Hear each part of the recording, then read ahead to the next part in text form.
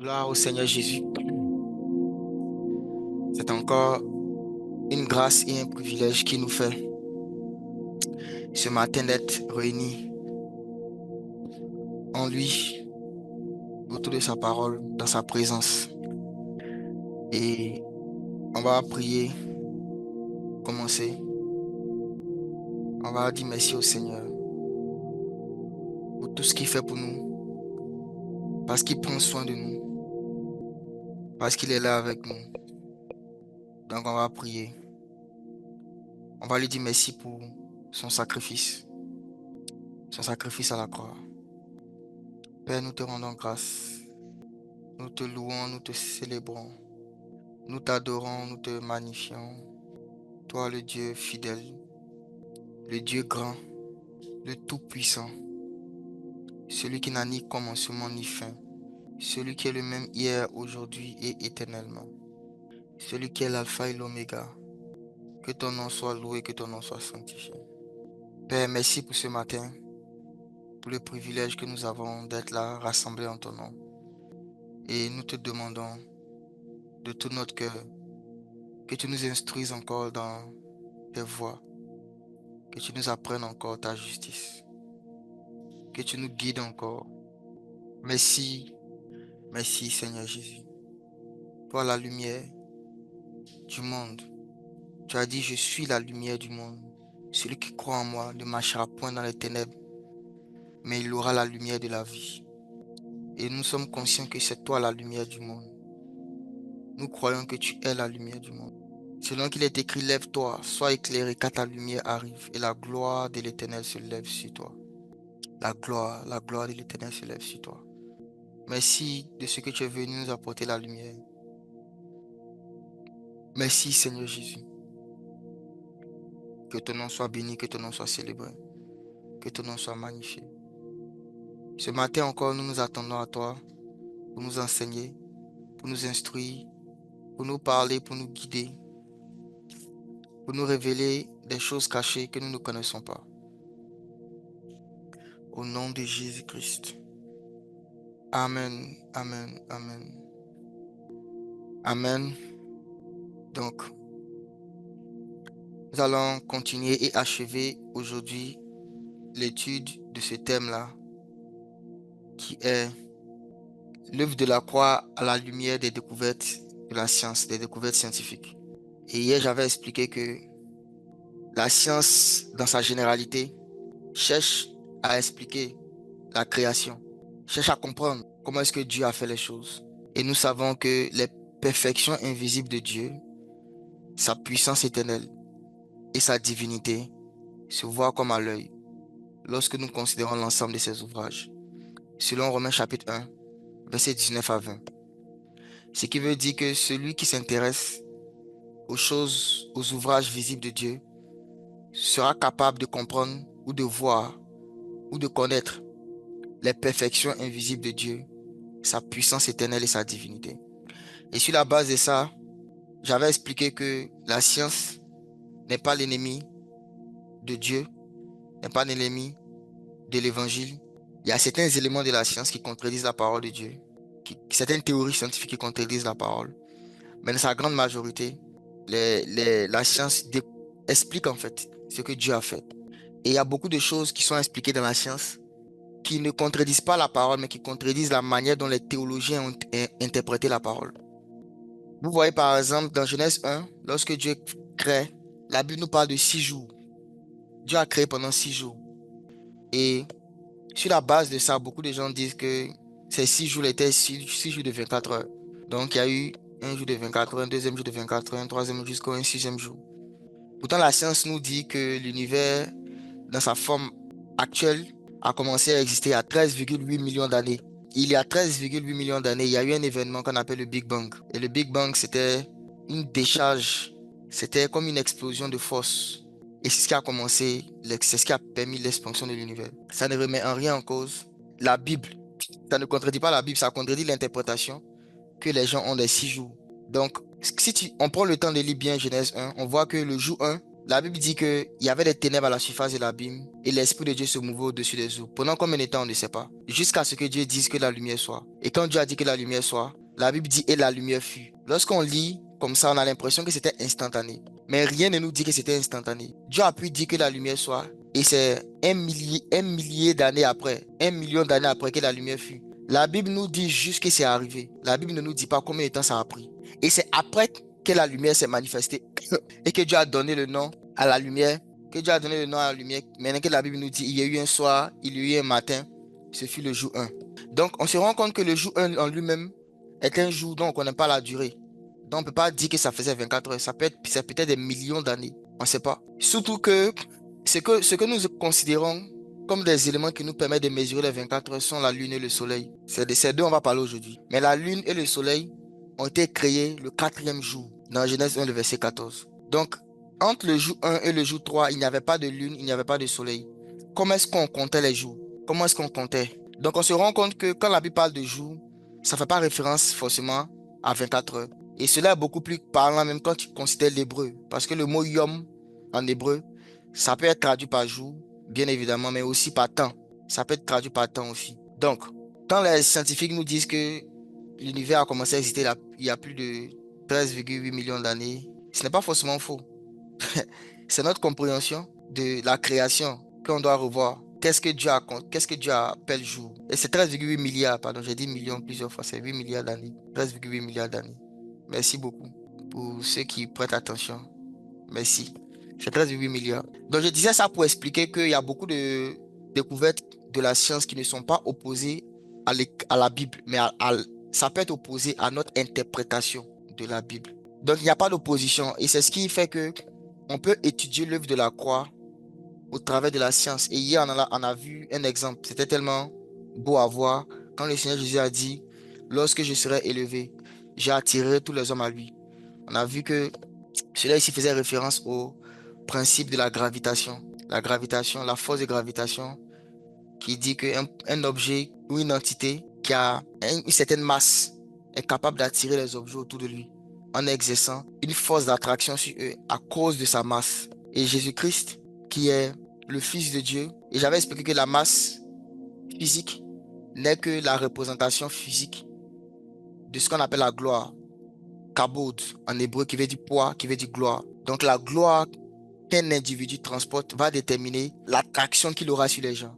Plus quelqu'un transporte la gloire de Dieu, plus les gens se sentent attirés par la personne. C'est pourquoi vous allez voir que il y a certains hommes de Dieu que vous aimez énormément, vous ne savez pas pourquoi. Vous avez envie de leur parler, d'être avec eux, de vous asseoir juste dans leur présence en fait, pendant longtemps. C'est à cause de la gloire. Quand la gloire est sur quelqu'un, tu as envie d'être avec la personne tout le temps. Tu te sens attiré par la personne. Tu as l'impression que la personne a quelque chose qui t'attire. Et c'est ce que Jésus avait. Mais lorsqu'il est mort à la croix, il a atteint le plus haut niveau de gloire. Et j'avais dit que les objets les plus massifs, c'était les trous noirs. Et Jésus-Christ à la croix, spirituellement, c'était comme un trou noir. C'est pour ça qu'il y a eu des ténèbres à la surface de la terre entre midi et 15 heures. Il y a eu des ténèbres épaisses qui parlent de la gloire de Dieu. Genèse chapitre 1, verset 14. Je vais lire jusqu'au verset 19. Dieu dit qu'il y ait des luminaires dans l'étendue du ciel pour séparer le jour d'avec la nuit. Et que ce soit des signes. Regardez bien le mot signe. Des signes pour séparer, pour marquer les époques, les jours et les années. Donc, vous voyez que c'est à partir du verset 14 ici que Dieu donne des signes pour marquer les jours. Ça revient encore à ce que j'ai dit au commencement. Les jours 1, 2 et 3, il n'y avait pas de signes. Donc, on ne sait pas combien de temps ils ont duré. Donc, on dit qu'il soit des signes pour marquer les époques, les jours et les années. Les époques, les jours et les années. C'est trois types de temps. Les époques, les jours et les années. Quand on marche avec Dieu, il faut connaître ces trois types de temps-là. Les époques, les époques ici, ça parle des alliances. Nous sommes dans l'époque de la nouvelle alliance. Donc, on va voir que la lune et le soleil aident à savoir dans quelle alliance on se trouve. Je vais expliquer tout à l'heure. Les jours et les années. Ça, c'est d'autres types de temps aussi. Les jours. Donc, les jours parlent d'une ère dans laquelle Dieu fait un certain type de mouvement. Vous allez voir que la Bible parle des jours de David, pendant les jours de David, encore pendant les jours de Jean-Baptiste. C'est une ère. Et les années, ce sont maintenant des époques. Les années parlent des réalisations qu'on a avec Dieu dans le but d'accomplir ce pourquoi Dieu nous a appelés. Donc, Quand Dieu t'appelle, il te donne des années. Et les années là, ce sont les différentes classes par lesquelles tu vas passer jusqu'à ce que tu accomplisses ce à quoi Dieu t'a appelé. Donc, c'est des choses qu'il faut discerner. Il faut discerner les époques, dans quelle alliance on se trouve.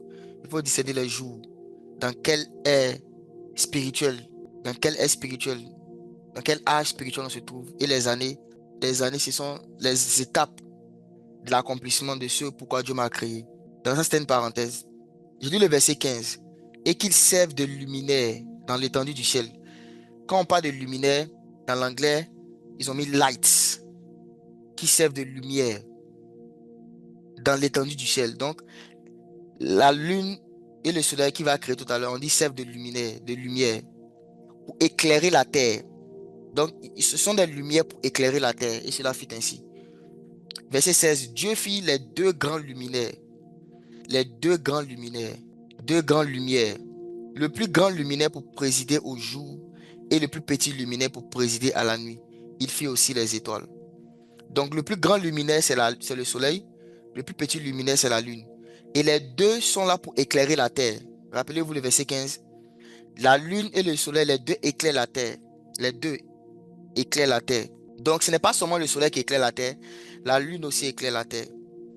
Et Dieu a mis le soleil pour présider. Le mot présider ici dans l'hébreu, ça veut dire dominer. Ça veut dire exercer l'autorité, dominer. Donc, le soleil domine au jour et la lune domine la nuit. Présider la nuit. Il fit aussi les étoiles. Dieu les plaça dans l'étendue du ciel pour éclairer la terre. Le verset 17 encore. Dieu les plaça pour éclairer la terre. Donc le but du soleil, c'est d'éclairer la terre. Le but de la lune, c'est d'éclairer la terre.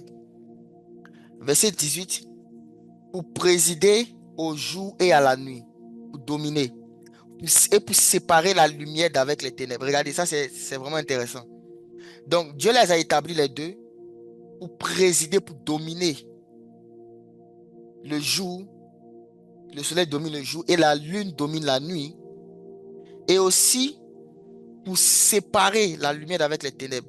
Pour amener une séparation entre la lumière, entre la lumière et les ténèbres.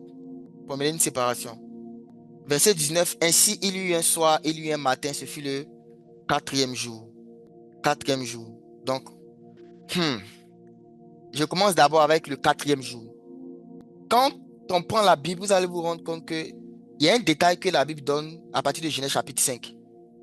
Ce sont les années, le nombre d'années que vivent les patriarches. On parle de Adam qui a vécu 970 ans. Il mourut. Après, on va sur son fils Seth qui a vécu 900 et quelques. Après, on continue jusqu'à Noé, jusqu'à Enoch d'abord, puis après jusqu'à Noé. Et à partir de Noé, on donne aussi la généalogie de Noé jusqu'à Abraham. À partir d'Abraham aussi, on compte les années jusqu'à Moïse. On sait que entre Abraham et Moïse, il y avait environ 400, 400 ans. 300 quelques années parce que le peuple d'Israël est sorti d'Égypte à 430 ans après que Dieu a fait la promesse. Après qu'ils avaient été rendus esclaves en Égypte. Donc, en tout cas, un peu plus de 400 ans qu'il y a entre Abraham et Moïse. Après, entre Moïse et jusqu'à David, on peut savoir aussi le nombre d'années approximatif, environ 1000 ans. De David à Jésus aussi, environ 1000 ans.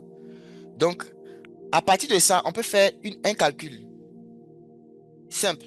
C'est que de Adam à Jésus-Christ, il y a 4000 ans. Et de Jésus-Christ à aujourd'hui, il y a 2000 ans. Donc de Adam aujourd'hui, il y a eu 6000 ans. Et quand je dis de Adam à aujourd'hui, il y a 6000 ans, ou de Adam à Jésus-Christ, il y a 4000 ans, ça ne veut pas dire que la terre est créée il y a 6000 ans. C'est pas ce que ça veut dire. Parce que la terre n'a pas été créée au même moment qu'Adam. La terre est largement plus vieille qu'Adam. Il y avait des choses qui s'est passées sur la terre avant même qu'Adam ne vienne. Voilà.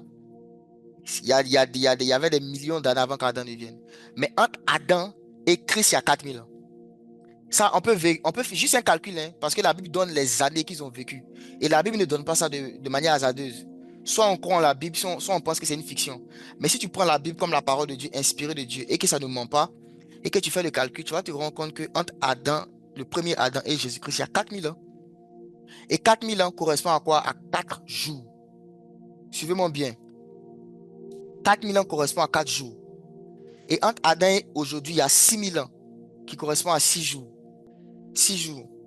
C'est pourquoi je suis convaincu que nous sommes la génération de la fin des temps. Pourquoi? Parce que Dieu avait dit, tu travailleras 6 jours et le septième jour, tu te reposeras.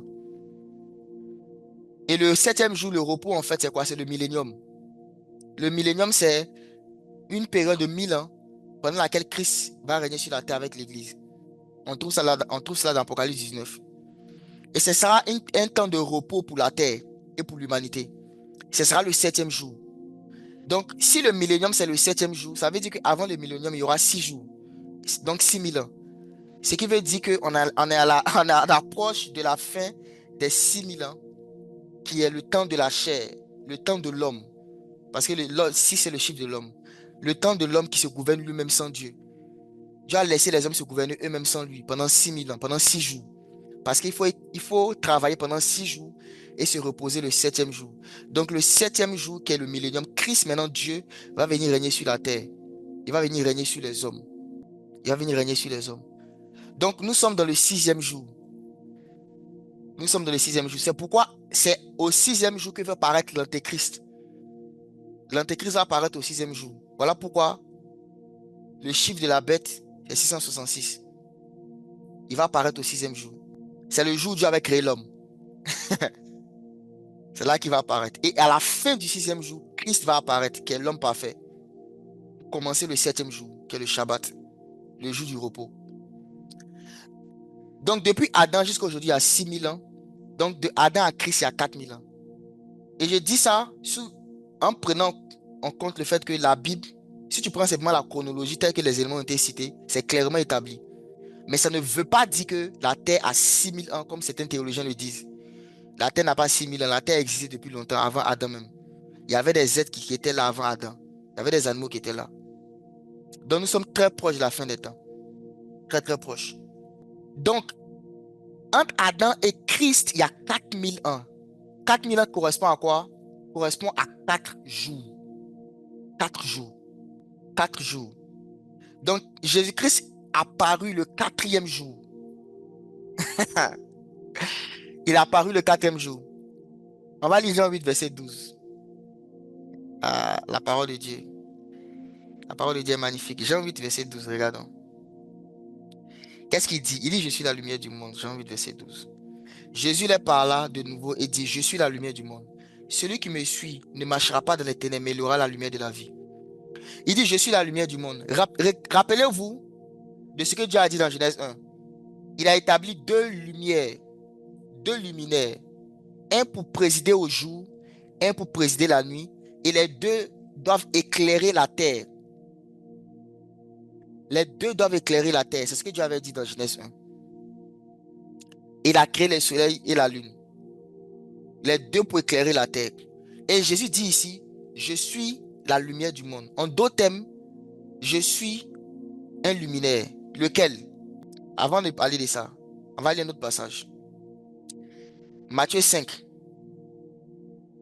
verset 14. Matthieu 5, verset 14. Jésus dit, vous êtes la lumière du monde. Une ville située sur une montagne ne peut être cachée. Matthieu 5, verset 14. Vous êtes la lumière du monde. Une ville située sur une montagne ne peut être cachée. Donc, Jésus n'a pas dit, vous êtes une lumière du monde. Il n'a pas aussi dit, je suis une lumière du monde. Il a dit, je suis la lumière du monde, vous êtes la lumière du monde. Donc finalement, c'est qui la lumière du monde? Parce que quand on dit la lumière, c'est un pronom, bon, c'est un article défini.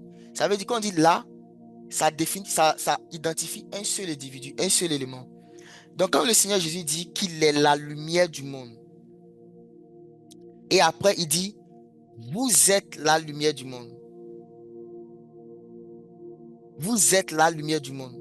Finalement, qui est la lumière? En réalité, les deux sont vrais. Christ est la lumière du monde. Nous sommes aussi la lumière du monde. Pour comprendre ça maintenant, il faut aller dans Genèse. On retourne encore dans Genèse 1. Que Dieu a établi deux luminaires. Un pour présider au jour et un autre pour présider la nuit. Un pour dominer le jour, un autre pour dominer la nuit. Et les deux doivent éclairer la terre. Genèse 1, verset 16. Dieu fit les deux grands luminaires, le plus grand luminaire pour présider au jour et le plus petit luminaire pour présider la nuit, il fit aussi les étoiles. Dieu les plaça dans l'étendue du ciel pour éclairer la terre. Les deux doivent éclairer la terre. Le soleil est une représentation.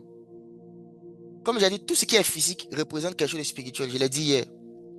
Le soleil représente Jésus-Christ lui-même.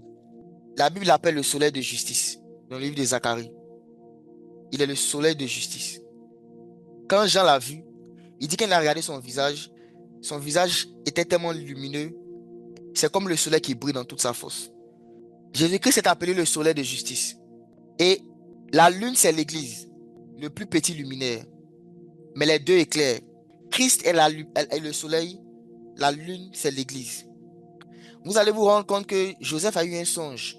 Il avait eu un songe où il a vu le soleil, la lune et 11 étoiles se prosterner devant lui.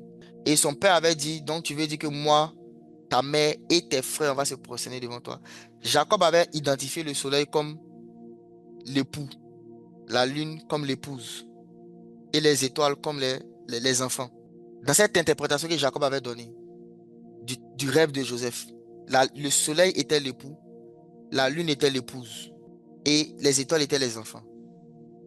Et on va se rendre compte dans le livre des Cantiques, il y a un passage dans le livre des Cantiques qui dit, où le Seigneur parle de son épouse, il dit que tu es belle comme la lune, brillante comme le soleil. Donc, la lune parle de l'église. Je suis en train de bâtir un fondement et puis on va aller vers la croix. On va aller dans la croix, on va comprendre ce qui se passe à la croix. Christ, le soleil. Donc, Genèse 1, verset 14 à 17, c'est vrai que ça parle du soleil de justice, ça parle du soleil de la lune comme on connaît la physique. Mais plus profondément, de manière spirituelle, ça parlait du ministère de Christ et de l'Église. Et le détail que Dieu donne, le détail que la Bible nous donne, qui fait que c'est encore plus exact, c'est qu'on nous dit que c'était le 4e jour, au verset 19. C'était le 4e jour. Et tout à l'heure, j'avais expliqué que Jésus-Christ a paru 4000 ans après Adam. 4000 ans après la chute du premier Adam. Donc, il est venu le 4e jour. C'est là qu'il est venu.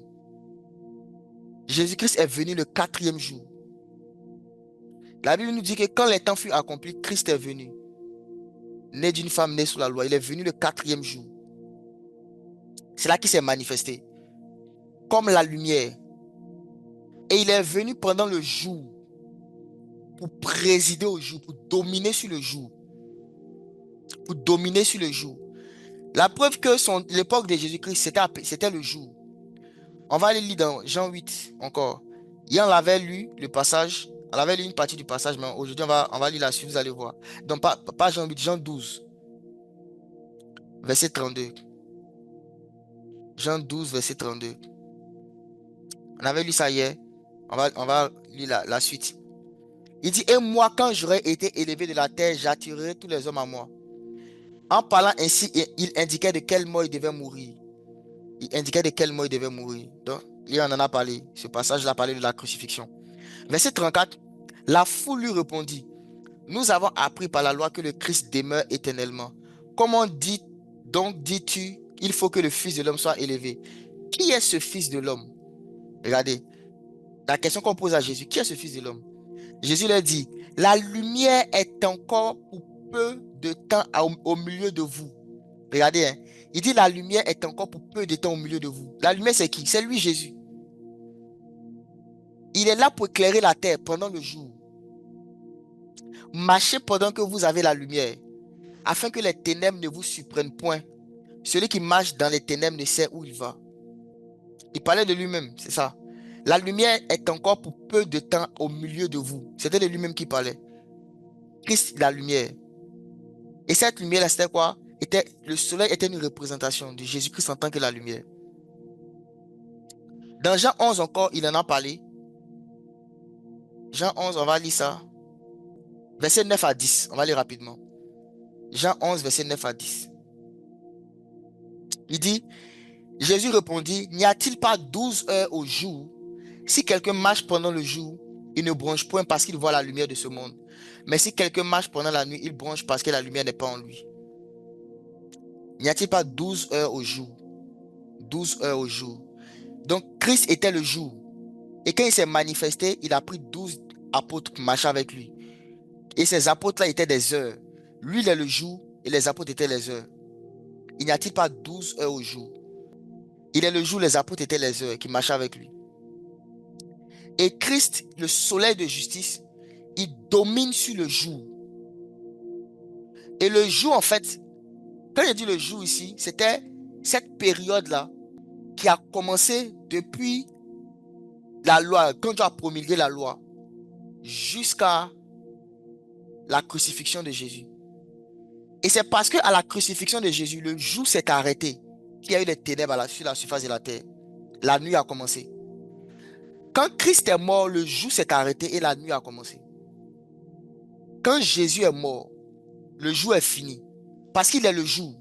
Donc parce qu'il est le jour et il est la lumière du monde, quand il a été crucifié, la Bible nous parle de 3 heures où il y a eu des ténèbres sur toute la terre. On l'a lu hier dans Matthieu.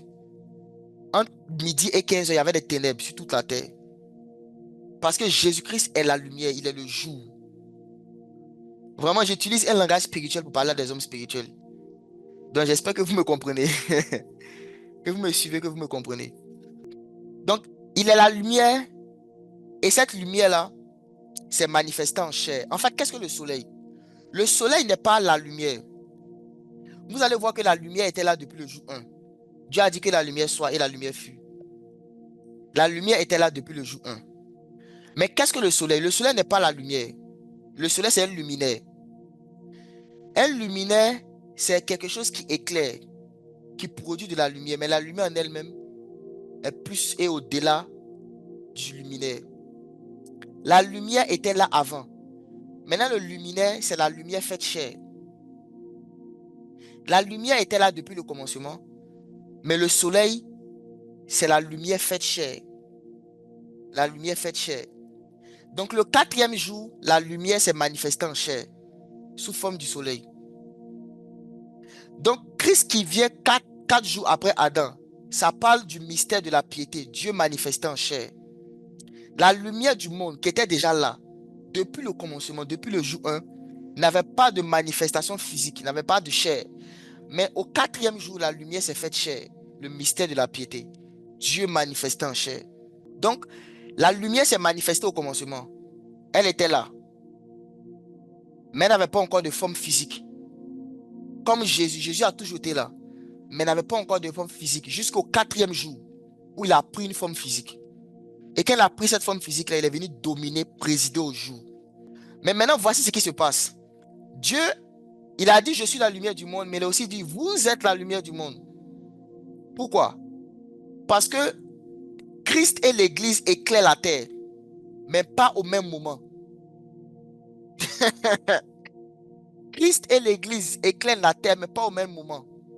Christ préside au jour, l'Église préside la nuit. Parce que depuis la mort de Jésus, nous sommes rentrés dans la nuit. La nuit, c'est quoi? Ce sont dans les derniers temps. Les derniers temps, c'est ça la nuit. Les derniers temps.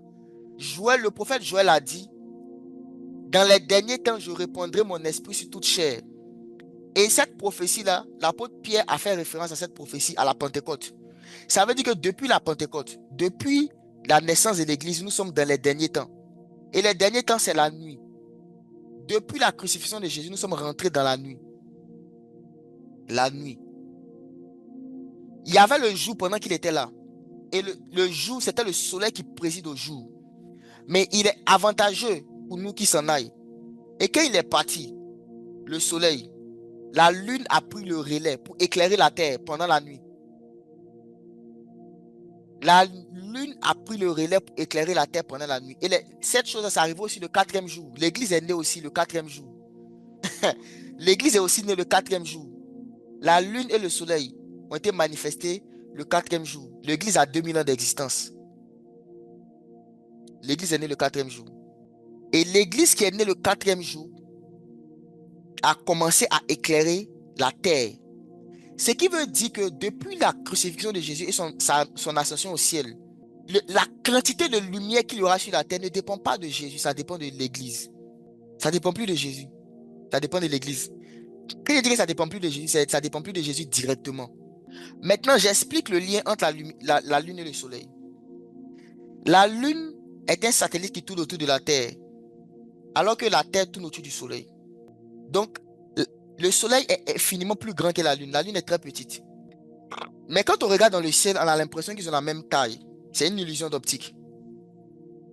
On a l'impression qu'ils ont la même taille. C'est scientifique. Ça, je rentre maintenant dans le domaine de la science. La science dit que un observateur qui observe la Lune à partir de la Terre aura l'impression que la Lune et le Soleil ont la même taille, malgré que le Soleil est infiniment plus grand que la Lune. C'est parce que quand l'Église est dans le monde spirituel, parce que la Lune est suspendue dans les cieux, quand l'Église est spirituelle, on a l'impression que c'est Jésus lui-même. Quand l'Église est spirituelle, quand l'Église devient spirituelle, on a l'impression qu'elle a la même taille que Jésus, quoique Jésus est infiniment plus grand que l'Église. Quand l'Église est spirituelle, on a l'impression qu'elle a la même taille que Jésus. Et la Lune, si vous étudiez la Lune, faites des recherches, vous allez voir. La Lune est très sombre. Elle est sombre. Sombre.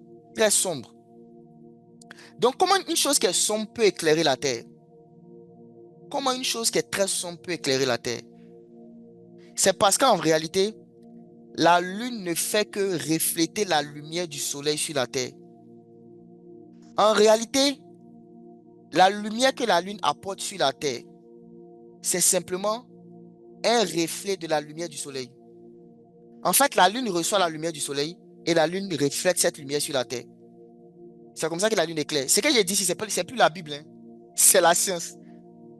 La Lune est sombre. La science nous explique que la Lune est très sombre. Elle ne peut pas éclairer d'elle-même. Elle n'a pas de lumière d'elle-même. Mais Dieu l'a appelée quand même luminaire. Quelque chose qui est sombre, Dieu dit que tu es luminaire, que tu dois éclairer la nuit. Toi-même, tu es sombre, mais Dieu dit que tu dois éclairer la nuit. Mais la science nous explique que la manière dont la Lune éclaire, c'est en prenant la lumière du Soleil et en reflétant la lumière du Soleil. Cela nous montre encore que l'Église qui est la lumière du monde, c'est l'Église qui sait refléter Christ. C'est l'Église qui est capable de refléter qui est Jésus. C'est elle qui peut éclairer la terre. Parce que l'Église en elle-même ne peut pas éclairer. En elle-même, elle n'a pas assez de lumière pour éclairer. Elle est sombre. Mais l'Église peut refléter la lumière de Jésus. Donc l'Église reçoit sa lumière de Christ et ramène cette lumière sur la terre. C'est comme ça que la lune éclaire la terre. La lune prend la lumière du soleil et ramène la lumière sur la terre. Et vous allez voir que la lune a plusieurs phases. Il y a les phases de croissant lunaire et il y a la phase qu'on appelle la pleine lune. Et la lune est capable d'éclairer le plus lorsqu'il y a la pleine lune, la plénitude du Saint-Esprit. La pleine lune parle de la plénitude du Saint-Esprit. Plus tu es rempli de la lumière de Dieu, plus tu peux éclairer. La pleine lune, ça parle de la plénitude du Saint-Esprit. Et c'est pendant la pleine lune que la lune produit le plus de lumière. Lorsqu'elle est totalement, elle se laisse totalement toucher par la lumière du soleil, elle est capable de refléter totalement la lumière qu'elle reçoit du soleil sur la terre. Et Dieu dit qu'elle domine la nuit. Elle domine la nuit. Et la nuit parle de quoi? La nuit parle de la fin des temps. Mais la nuit parle aussi des œuvres des ténèbres. Et Dieu a établi la lune pour dominer sur la nuit. Ça veut dire que Dieu a établi l'église pour dominer sur le royaume des ténèbres. Dieu a établi l'église pour dominer sur toutes les œuvres des ténèbres. Toutes les œuvres du royaume des ténèbres. Parce qu'il a établi la nuit, la lune pour éclairer la nuit. Dieu a établi la lune pour éclairer la nuit. C'est ce que Dieu a fait. Donc l'église est censée dominer sur toutes les œuvres des ténèbres. Voilà pourquoi le Seigneur Jésus a dit, voici je vous donne le pouvoir de marcher sur les serpents, les scorpions, et sur toute la puissance de l'ennemi, et rien ne pourra vous nuire. Sur toute la puissance de l'ennemi. Toute. Car Dieu a établi la lune depuis Genèse 1 pour présider, pour dominer sur la nuit. Donc dans cette ère dans laquelle on se trouve, qu'on appelle la nuit, cette ère spirituelle, c'est l'église qui est censée être en charge de la quantité de lumière qu'il y a sur la terre, en recevant sa lumière du soleil qui s'est couché. Et vous regardez, on appelle, l'expression, on dit le soleil se couche. Le soleil se couche. Quand quelqu'un meurt, qu'est-ce qu'il fait? Il se couche. Quand quelqu'un meurt, il se couche. Le coucher du soleil parle de la mort de Jésus. Je vous dis la vérité. À chaque fois que vous observez le coucher du soleil, rappelez-vous de la mort de Jésus. Quand le soleil se couche, à chaque fois que vous observez le coucher du soleil, rappelez-vous de la mort de Jésus. Car le coucher du soleil est là pour nous rappeler tous les jours que Christ est mort.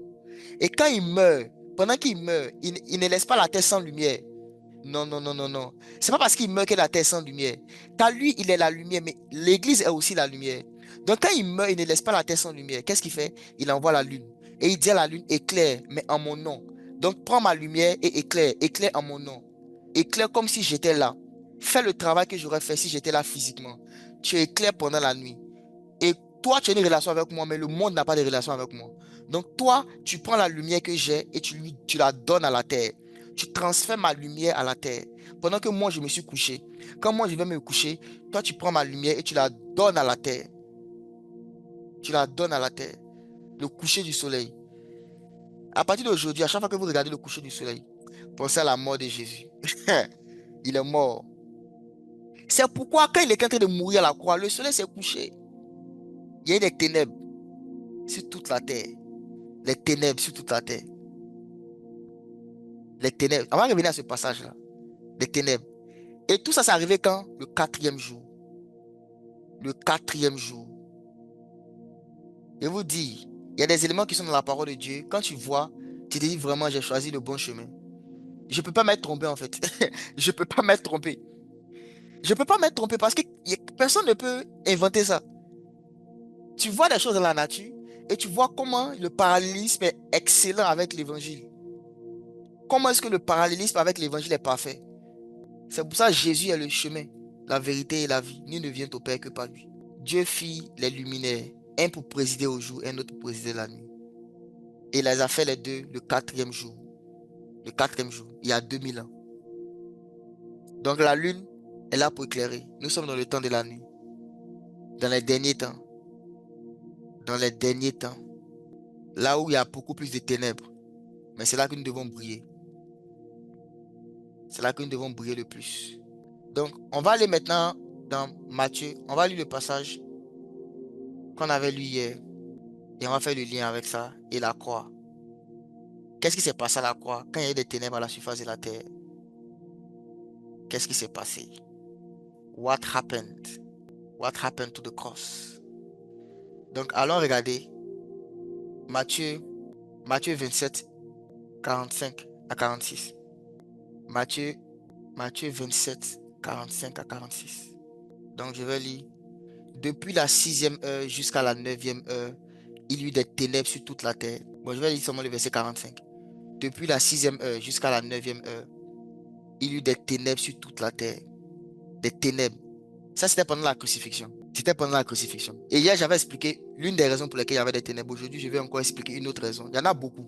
Je vais expliquer encore une autre raison. Les ténèbres qu'il y a eu, si on veut prendre ça d'un point de vue scientifique, c'est ce qu'on appelle une éclipse solaire.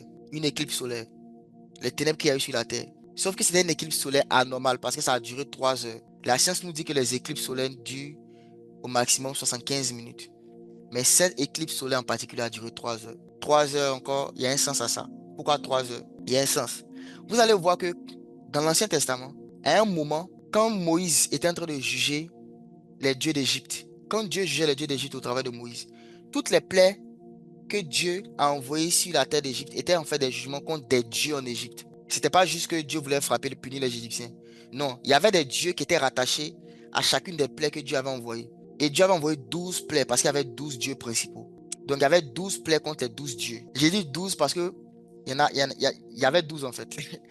Il y avait 10 plaies sur la terre d'Égypte, mais il y avait 12 jugements contre les dieux d'Égypte. Il y a quelques années, j'avais partagé sur ça, les jugements de faux dieux. Il y avait 12 jugements contre les dieux d'Égypte. Parce que les plaies contre la terre d'Égypte, il y en avait 10 que Dieu avait demandé à Moïse et à Aaron. Mais quand on considère le fait que les serpents ont été avalés, ça faisait un jugement contre le dieu Apep, le dieu serpent, le dieu de la mort. Et le dernier jugement, c'était contre le dieu qu'il y avait dans la mer Rouge. Il y avait un dieu égyptien dans la mer Rouge. Quand Dieu a divisé la mer, là, le dieu était jugé. C'était le dernier ennemi qui était jugé, qui devait être jugé. Donc c'était le 12e. Et ces deux choses que je viens d'ajouter là n'étaient pas des plaies contre la terre d'Égypte, mais c'était contre des dieux. Et toutes les 10 autres là, c'était contre des dieux et contre la terre d'Égypte. C'était des choses qui touchaient la terre d'Égypte. Donc, il y avait des jugements contre les dieux d'Égypte au temps de Moïse. Et le neuvième, la neuvième plaie contre la terre d'Égypte, la neuvième plaie contre la terre d'Égypte, qui correspondait au 10e jugement contre les dieux d'Égypte, c'était contre le dieu Ra. Si vous étudiez la mythologie égyptienne, il y avait un dieu qu'on appelait Ra. C'était le dieu soleil. Parce que les Égyptiens avaient plusieurs dieux. Ils avaient plusieurs dieux. Et il y avait des dieux en fonction des... Les dieux se spécialisaient en fait. Ils avaient des spécialités. Et le dieu soleil s'appelait Ra. C'était l'un des dieux primordiaux. L'un des dieux les plus vénérés en Égypte. Il s'appelait Ra, Amon-Ra. Et c'était le dieu soleil. Et pour juger Amon-Ra, qu'est-ce que Dieu a fait? Dieu a emmené des ténèbres sur l'Égypte pendant 3 jours. C'était la neuvième plaie. Allez lire Exode, vous allez voir. On dit qu'il y avait tellement de ténèbres que les gens même pouvaient même pas... Tu pouvais même pas voir même ton propre corps. Tu pouvais même pas voir ton propre corps. Le dieu Ra, le dieu soleil. Et pour juger le dieu soleil, Dieu a emmené des ténèbres. Parce qu'il avait usurpé une identité qui n'était pas la sienne. Le véritable Dieu soleil, c'est Jésus. Jésus-Christ est le Dieu de toutes choses. Il est le Dieu de tout. Par lui et pour lui ont été fait toutes choses. On a lu hier. Donc, pour montrer aux Égyptiens que ce que vous pensez qui vous donne le soleil, qui est Ra, ce n'est pas vraiment lui. Je vais vous donner des ténèbres pendant combien de temps? 3 jours. Donc, il y avait des ténèbres à la surface de l'Égypte pendant 3 jours. Et quand Christ est en train de mourir à la croix, il y a eu des ténèbres à la surface de la terre pendant 3 heures. Allez étudier le lien entre les deux. Il y a un lien. Allez, ceux qui ont écouté l'enseignement, allez écouter l'enseignement que j'avais partagé il y a quelques années sur ça. J'avais un peu parlé de ça. J'avais un peu parlé de ça. Le lien qu'il y a entre ces deux choses-là. Parce qu'à la croix, ce qui se passait, de la même manière que Moïse avait jugé les dieux d'Égypte, à la croix, Jésus-Christ était en train de juger les dieux de ce monde. Quand il était sur la croix, il jugeait les dieux de ce monde. Toutes les plaies que Moïse avait envoyées contre les dieux d'Égypte, quand Christ était en train d'être crucifié, parce que les plaies ou les jugements que Moïse avait envoyés contre les dieux d'Égypte, c'était avec 2 verges.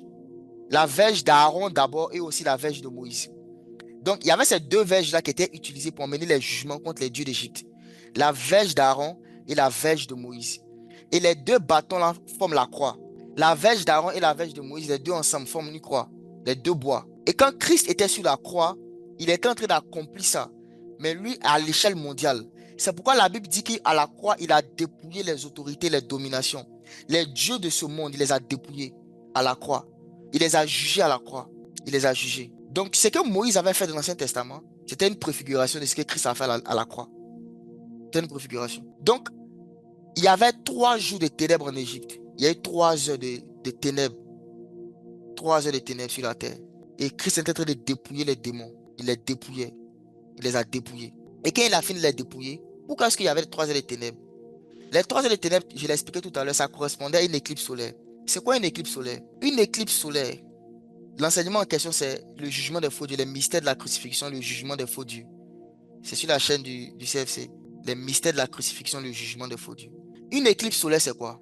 Une éclipse solaire, c'est un événement pendant lequel la lune se met entre le soleil et la terre. La lune se met entre le soleil et la terre. C'est ça, une éclipse. Un événement pendant lequel la lune se met entre le soleil et la terre. Donc, qu'est-ce qui s'est passé pendant cette éclipse-là? Quand la lune se met entre le soleil et la terre, essayez d'imaginer ça. Ça veut dire que quand le soleil, les rayons du soleil ne vont plus venir vers la terre, mais la lune va bloquer.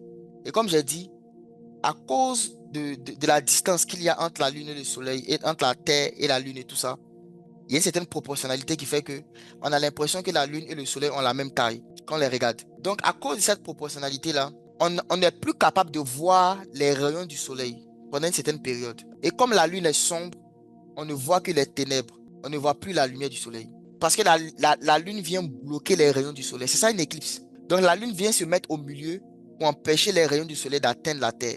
Donc, la terre se retrouve dans le noir.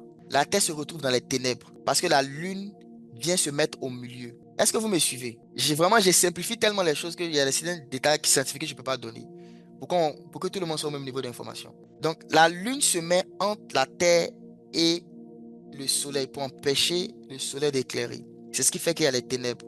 C'est ça l'éclipse. Et c'est ce qui s'est passé à la croix pendant 3 heures. Et quand ça se passe comme ça, il y a 2 choses qui arrivent. C'est que tous les rayons du soleil viennent sur la lune. Tous les rayons du soleil viennent sur la lune. Et qu'est-ce qui se passait? Pendant ces 3 heures-là, il y a eu quoi? Il y a eu un transfert d'autorité. C'est comme s'il y avait une passation de service. C'est comme quelqu'un qui a fini son mandat et qui dit à l'autre, bon, On va faire, comment on appelle ça? La transition. On va faire un passage, une transition entre mon mandat et ton mandat. Jésus-Christ, homme, avait fini son mandat. Il devait partir en tant que le soleil de justice. Et il a transféré la suite de son mandat à qui? À l'église, la lune. Donc pour illustrer ça, la lune est venue se mettre comme intermédiaire entre le soleil et la terre. Pour dire qu'à partir de maintenant, le soleil ne va plus t'éclairer directement, mais il va passer par moi. À partir de maintenant, Jésus-Christ ne va plus agir directement, mais il va passer par moi. À partir de maintenant, Jésus-Christ ne va plus te guérir directement, mais il va me faire imposer mes mains. Et à partir de moi, il va te guérir. À partir de moi, Jésus-Christ ne va plus te parler directement, mais il va me faire te prêcher l'évangile. Et à partir de moi, il va te toucher. L'église devient maintenant l'intermédiaire entre Christ et la terre. Christ est le chemin qui mène au Père. L'église est le chemin qui mène à Christ. L'église est venue se mettre entre Christ et la terre. Pour dire qu'à partir de maintenant, dans cette ère dans laquelle on va rentrer, c'est moi qui vais représenter Jésus sur la terre. Et en son nom, je chasse les démons. En son nom, je parle de nouvelles langues. En son nom, j'impose les mains aux malades, les malades sont guéris. Tout ce qu'il faisait pendant qu'il était là physiquement, à partir d'aujourd'hui, c'est moi qui le fais. À partir d'aujourd'hui, c'est moi qui suis l'église, c'est moi qui le fais. Donc toi, la terre, tu ne vas plus recevoir sa lumière directement. Tu vas passer par moi pour recevoir la lumière de Jésus. Et c'est ce qui s'est passé à la croix. Une passation de service. Il y a eu une passation de service. Il a transféré son autorité. Ce que j'ai dit là, je veux que ça ouvre vos yeux même sur ce que vous êtes, hein. Quand il dit que vous êtes la lumière du monde, moi j'ai décidé de croire plus en Jésus qu'en moi-même. Croire plus en Jésus, c'est quoi? C'est croire plus ce qu'il a dit que ce que moi-même je pense de moi-même. Tu peux penser de toi-même que bon, je prie pas beaucoup, j'ai pas l'onction. Ça, c'est ce que toi tu penses. Maintenant, Jésus te dit que tu es la lumière du monde. En toi et lui qui a raison. En toi et lui qui a raison. Jésus te dit que tu as la lumière du monde, qui t'a donné son autorité. En son nom, tu peux faire ça. Maintenant, toi, tu dis non, je ne peux pas. Donc, toi, tu viens maintenant imposer ton manque de compréhension au-dessus de la parole de Dieu. Voilà pourquoi l'apôtre Paul nous a dit qu'en réalité, là, si quelqu'un veut être transformé, c'est juste que son intelligence doit être renouvelée. Il dit, soyez transformés par quoi? Pas par la prière, pas par le jeûne, mais soyez changés quand votre intelligence va être renouvelée. Donc, si ta compréhension change, tu es transformé. Toi-même, tu es changé. Parce qu'il dit, ne vous conformez pas au siècle présent, mais soyez transformés par le renouvellement. Donc, lorsque votre intelligence est renouvelée, votre compréhension de ce que Christ est Jésus et qu'est-ce que Jésus a dit devient exact, vous serez transformés. Et l'une des choses qu'il a dites, c'est que je vous ai donné le pouvoir de marcher sur les serpents, les scorpions, sur toute la puissance de l'ennemi. Je vous ai établi pour dominer sur la nuit. Soit tu crois en ça, soit tu ne crois pas. Soit tu crois en ça, soit tu ne crois pas. Moi, j'ai décidé de faire plus confiance à Jésus qu'en moi-même. Souvent, on a trop confiance en nos jeûnes et nos prières. C'est-à-dire la foi, là, on la met dans nos jeûnes et nos prières. Alors que quelqu'un est venu mourir justement pour te donner sa puissance. Il est venu mourir pour ça. Il est mort, il t'a laissé sa puissance. Pas pour dire qu'il ne faut pas jeûner, il ne faut pas prier. Je ne dis pas ça, pas du tout. Mais je dis qu'il faut faire ces choses-là pour les bonnes raisons. Il faut comprendre ce que Jésus a fait à la croix. Qu'est-ce qu'il a fait? Il a transféré sa puissance. Et cette puissance qu'il a transférée, on appelle ça son nom. C'est son nom qui t'a donné. C'est comme un président qui a un cachet présidentiel. C'est-à-dire, dès qu'il met le cachet, on sait que c'est le président qui a signé. Et puis, il va en voyage, il te donne le cachet présidentiel. Il te dit, fais ce que tu veux. Tant que tu fais ça selon ma volonté, vas-y, utilise mon cachet. Maintenant, toi, tu as peur. Il t'a dit, utilise le cachet. Tu as peur d'utiliser. Tu te dis, non, moi, mais je dois aller battre campagne, devenir président. Et puis maintenant, je pourrais maintenant utiliser le cachet. Mais quelqu'un a déjà battu campagne. Il est devenu président. Il a eu le cachet. Il t'a dit, tiens, utilise. Toi, tu dis, non, moi aussi, je vais aller battre campagne. Et puis, je vais devenir président. Et maintenant, je pourrais utiliser le cachet. C'est comme ça qu'on voit les choses. Alors que c'est pas ça. Il a accompli, il a dépouillé Satan. Il a mis toute cette puissance dans son nom. Et il t'a pris son nom, il t'a donné. Il t'a dit, va en mon nom. Crois en mon nom. Si tu crois en ce nom-là, voici ce que ça va produire pour toi. Voici ce que ça va produire pour toi. Christ a transféré sa puissance à l'église avant de partir. Voilà pourquoi il n'y a aucun problème qui va arriver sur la terre qui sera la faute de Dieu. Jamais. Ça ne peut jamais être la faute de Dieu. Parce qu'il a tout accompli avant de partir. Il a tout accompli. Aujourd'hui, j'ai essayé d'écouter un, un prédicateur que j'écoute beaucoup récemment, hein. Il parlait de la guérison et il répondait à une question. Il a dit à quelqu'un que Dieu ne guérit pas les malades. Que Dieu ne guérit pas les malades. C'est quelqu'un qui excelle dans la guérison, hein. Il a dit ça. Il dit Dieu ne guérit pas les malades. Il dit la raison pour laquelle Dieu ne guérit pas les malades, c'est parce que Dieu les a déjà guéris. Il les a déjà guéris. Donc lui, quand il vient prier pour un malade, il ne vient pas demander à Dieu de guérir quelqu'un. Parce qu'il sait que Dieu a déjà guéri. Il vient accomplir ce que Dieu a déjà fait. Dans le nom de Jésus. Dans le nom de Jésus. Dieu a déjà... Il dit, la Bible dit, par ses maîtrises, nous avons été guéris. Soit c'est vrai, soit c'est faux. Il n'y a pas de milieu. Soit c'est vrai, soit c'est faux. Il n'y a pas de milieu. Si la Bible dit, par ses maîtrises, nous avons été guéris, soit c'est vrai, soit c'est faux. Si c'est faux, alors toute ta Bible est fausse. Si toute ta Bible est fausse, alors Jésus lui-même il est faux. Alors tout ce que Dieu a dit est faux. Alors on n'est même pas sauvé. Alors il n'y a pas de salut. Donc si ce passage est faux, alors tout le reste est faux. Mais si c'est vrai, donc c'est vrai. Donc soit c'est vrai, soit c'est faux. Par ses maîtrises, nous avons été guéris. Donc il a dit que Dieu ne guérit pas les malades. Dieu a déjà guéri avant. Et c'est comme ça que l'Église doit avancer. La foi, c'est quoi dans le passé? Dans le passé. L'espérance, c'est quoi dans le futur? Tu espères dans le futur. La foi, tu crois dans le passé. Tu crois dans le passé, les choses que Jésus a déjà faites. Et c'est sur la base de ça maintenant que tu déclares, que tu poses des actions, que tu pries. Parce que tu sais qu'il a déjà accompli. Tu as le droit légal d'avoir ce que Jésus t'a déjà donné. Donc, le soleil est parti, la lune est là. Et nous sommes à la fin, presque à la fin du 6e jour. La lune doit continuer d'éclairer jusqu'au milieu de la nuit. Et au milieu de la nuit, l'époux sera enlevé. La Bible dit au milieu de la nuit, une voix se fit entendre. L'époux est là, allez à sa rencontre, au milieu de la nuit. Nous nous approchons de minuit. Nous nous approchons du milieu de la nuit. Et quand on va arriver à minuit, l'époux sera enlevé. Et on va rentrer dans la dernière partie des ténèbres avec le ministère de l'Antéchrist. Donc, nous sommes à la fin des temps. Quelle lumière tu transportes? Quelle est la lumière de Christ que tu transportes? Comment tu reflètes Jésus? Et tu ne peux pas refléter un Jésus que tu ne connais pas. Tu ne peux pas refléter un Jésus avec qui tu ne passes pas du temps. Tu ne peux pas refléter un Jésus que tu n'as pas compris. Tu ne peux pas. Il t'a donné sa puissance, mais tu ne sais pas comment ça marche. Le problème des chrétiens, je vous dis, hein, tous les chrétiens sont puissants. Je vous dis, tous les chrétiens du monde ont la même puissance. Il n'y a pas un chrétien plus puissant qu'un autre. La différence entre les chrétiens, c'est comment on utilise la puissance. C'est comme si nous tous on a une voiture, des technologies très avancées. Il y a certains qui savent conduire, il y en a qui ne savent pas conduire. Donc, tu peux avoir la voiture, mais si tu ne sais pas conduire, tu as l'impression que tu n'as pas de voiture.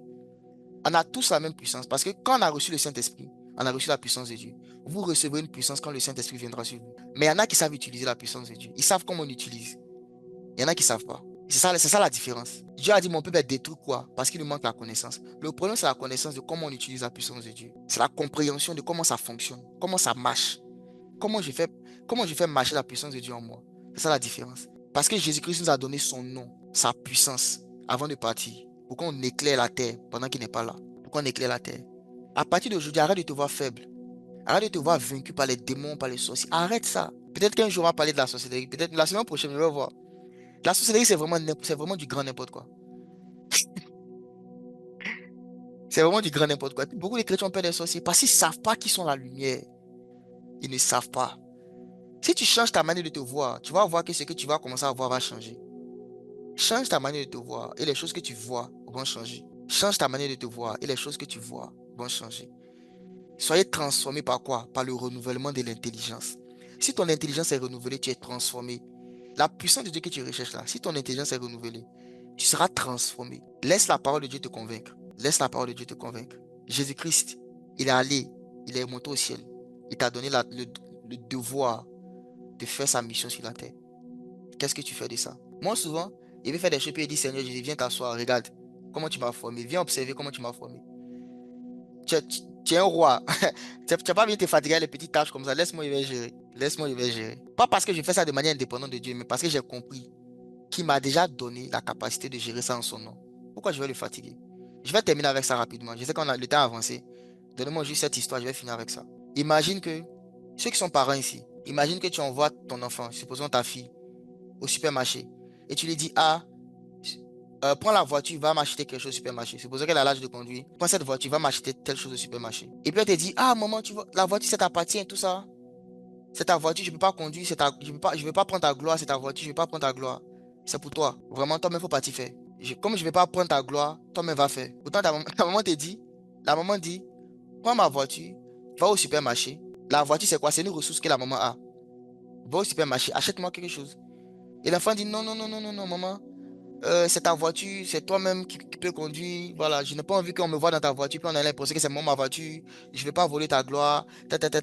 Toi qui es la maman, comment tu vas réagir? Si toi qui es la maman, comment tu vas réagir? Si ta fille te dit que parce qu'elle ne veut pas voler ta gloire, tu lui demandes de faire quelque chose, elle ne veut pas faire. Elle dit toi-même, il faut aller faire. Tu l'envoies, elle t'envoie toi-même. Elle te dit, toi-même, va faire. Toi qui es la maman, tu vas réagir comment? Mais si tu es le papa, tu vas réagir comment? Tu vas dire, ah, mais c'est moi qui t'envoie. C'est si ton papa. Va faire mon nom. Elle dit, non, non, non, non, toi-même, va faire parce qu'il ne veut pas prendre ta gloire. C'est ce que beaucoup de chrétiens font. Dieu leur dit, chasse les démons. Il arrive devant les démons, il dit, Seigneur Jésus, viens me sauver. Dieu t'a envoyé pour chasser les démons, toi tu viens l'envoyer. Il t'a donné la ressource, la voiture ici c'est la ressource, c'est l'autorité.